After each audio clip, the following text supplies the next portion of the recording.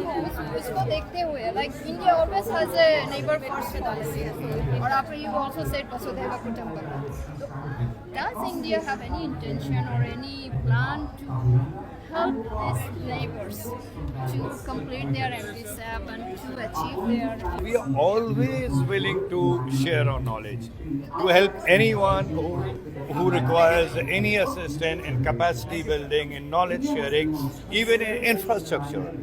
Our country is always very willing, and we have under the Prime Minister Mr. Modi, we have done so many outreach programs to so many countries around the world. So we are more than willing to provide any assistance. पहल किसकी तरफ से होना चाहिए उनको आके? Obviously, if somebody says that we have a problem, only then we can, and they have to come with the identified problem कि कहाँ पे क्या करना है, तो हम लोग तो पूरी मदद का हमेशा तैयार हैं. Sir, I'm from Pakistan. I have a question.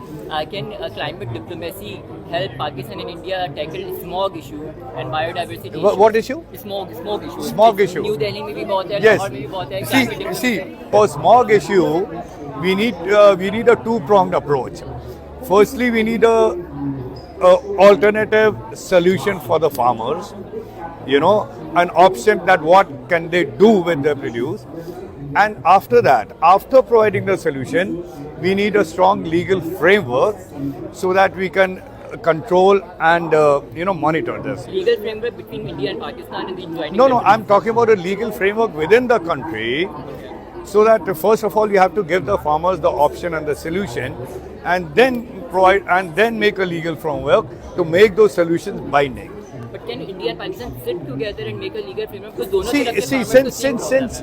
since climate does not recognize any national boundaries, any political boundaries, so always if we want to tackle climate change, we have to have a very inclusive approach, very collective approach to it.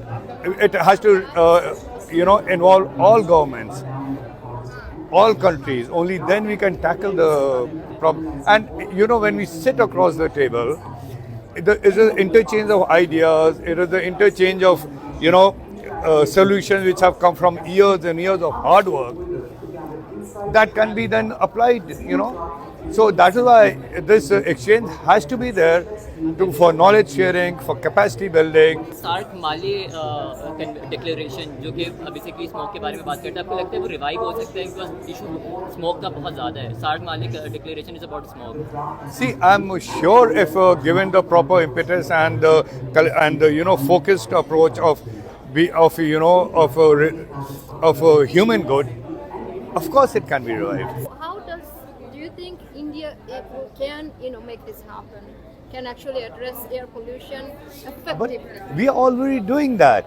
We have an air quality management and monitoring system and legislation in place.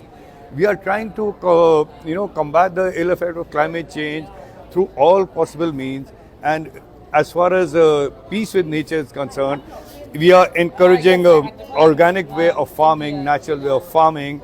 And there are so many other initiatives we've taken. The Supreme Court has said that, whatever is being done is not still quite enough.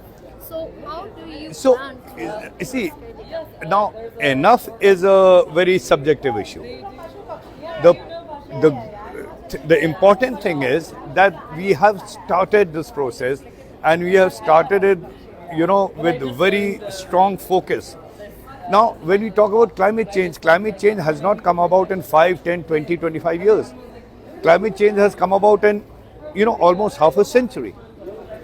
So, and we have to take into account long-term solutions before we can achieve any targets or any results. So it has to be long-term.